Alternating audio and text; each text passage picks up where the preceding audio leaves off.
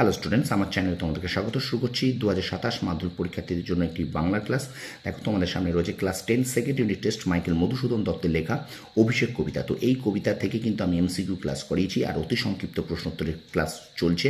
তো আজকে কিন্তু অতি সংক্ষিপ্ত প্রশ্নোত্তরের আজকে শেষ পর্ব 3 অর্থাৎ শেষ পর্ব। ঠিক আছে, তো এইগুলো প্রশ্নগুলো পড়ার আগে তোমরা কবিতাটা কিন্তু ভালো করে পড়বে। ঠিক আছে, কারণ কবিতা থেকে কিন্তু শর্ট প্রশ্ন দেয়, আর শর্ট প্রশ্নের জন্য কিন্তু তোমরা কোনো কবিতা বা গল্পটাকে মানে বাছাই করা শর্ট প্রশ্ন বা সাজেশন করে পড়তে যেও না। কবিতা গল্পগুলোকে ভালো করে পড়ো, দেখো কোনো রকম প্রশ্ন কিন্তু তোমাদের অসুবিধা হবে না। তো চলো শুরু করে দিই মাইকেল মধুসূদন দত্তের লেখা অভিষেক কবিতা। তো এখান থেকে আমরা যেটা পড়বো সেটা হলো, দেখো এখানে আছে অতি সংক্ষিপ্ত প্রশ্নোত্তর। দেখতে পাচ্ছ অতি সংক্ষিপ্ত প্রশ্নোত্তর 1 নম্বরের আছে তোমাদের। তো এখান থেকে কিন্তু কম বেশি 20টি শব্দে উত্তর দিতে হবে। ঠিক আছে, কারণ একটি বাক্যে লিখলে কিন্তু হবে না, বা তোমাদের একটি শব্দে লিখলে হবে না। ঠিক আছে, তো একে এক পেতে গেলে কিন্তু তোমাদের মিনিমাম কিন্তু 2টি বাক্য লিখতে হবে, সেখানে যেন 20টা শব্দের মধ্যে থাকে, বা 21-22 চলেও অসুবিধা নেই। তো চলো শুরু করে দিই অভিষেক কবিতা থেকে অতি সংক্ষিপ্ত প্রশ্নোত্তর, কম বেশি 20টি শব্দ, প্রশ্নের মান 1, শেষ পর্ব অর্থাৎ 3 নম্বর পর্ব। চলো শুরু করি। দেখো, কিন্তু অনুমতি দেহ কোন অনুমতির প্রার্থনা করেছেন? সমূলে রাঘবকে নির্মূল করার জন্য মেঘনাদ অনুমতি প্রার্থনা করেছেন। পরে প্রশ্ন, সমূলে নির্মূল করিব পামরে আজি, পামর বলে কে কাকে অভিহিত করেছেন? স্বর্ণলঙ্কার যুবরাজ বীরেন্দ্র কেশরী ইন্দ্রজিৎ অযোধ্যার নির্বাসিত রাজপুত্র সীতাপতিকে পামর বলে অভিহিত করেছেন। পরে প্রশ্ন, বায়ু অস্ত্রে উড়াইব তারে, বায়ু অস্ত্রে কাকে ওড়ানোর কথা বলা হয়েছে? আলোচ্য অংশে বায়ু অস্ত্রে রঘুশ্রেষ্ঠ শ্রীরামচন্দ্রকে ওড়ানোর কথা রাক্ষসকুল ভরসা মেঘনাদকে বলেছেন। পরে প্রশ্ন, রাক্ষসকুল ভরসা কে কাকে বলেছেন? দশানন বা রাবণ তার নিজের সন্তান মেঘনাদকে রাক্ষসকুল ভরসা বলেছেন। পরে প্রশ্ন, হায় বিধি বাম মম প্রতি বক্তার এমন মন্তব্যের কারণ কি? মাইকেল মধুসূদন দত্তের লেখা মেঘনাদ বধ কাব্য থেকে গৃহীত অভিষেক কাব্যাংশের অন্তর্গত উদ্ধৃতাংশে রক্ষকুলপতি রাবণ এমন মন্তব্য করেছেন কারণ পুত্র ইন্দ্রজিৎ নিশারণে রামচন্দ্রকে বধ করার পরেও মায়াবলে রামচন্দ্র পুনরায় জেগে উঠে বীরবাহু ও কুম্ভকর্ণকে হত্যা করেছেন।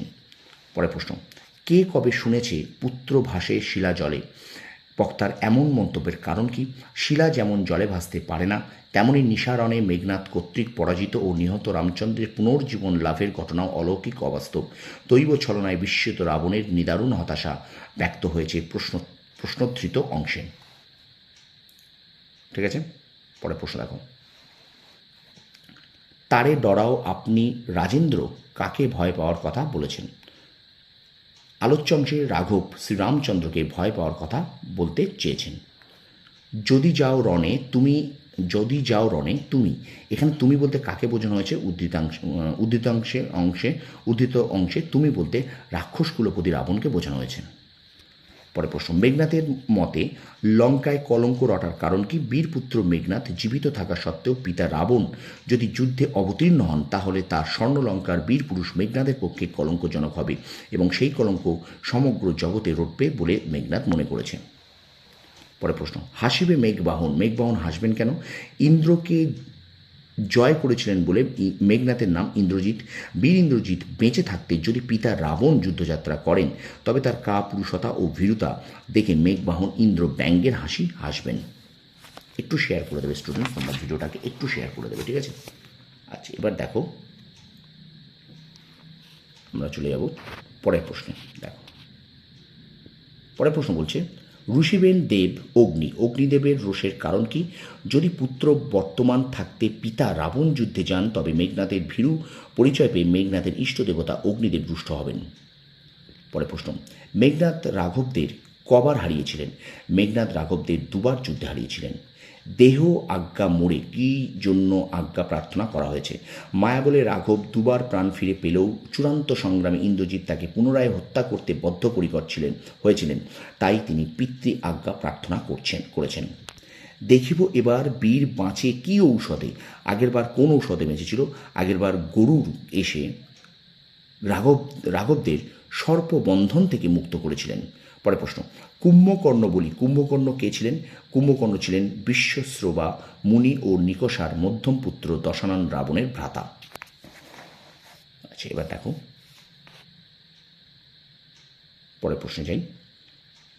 তার আমি জাগানু অকালে, তাই আমি জাগানু অকালে, কাকে জাগানোর কথা বলা হয়েছে? এখানে কুম্ভকর্ণকে জাগানোর কথা বলা হয়েছে। পরের প্রশ্ন, আগে পুজো ইষ্ট দেবে, কে কাকে এই কথা বলেছিলেন? দশানন রাবণ তার পুত্র মেঘনাথকে এই নির্দেশ দিয়েছিলেন। পরের প্রশ্ন, আগে পুজো ইষ্টদেবে, ইষ্টদেব কোথায় পূজিত হন? ইষ্টদেব নিকুম্ভিলা যজ্ঞাগারে পূজিত হন।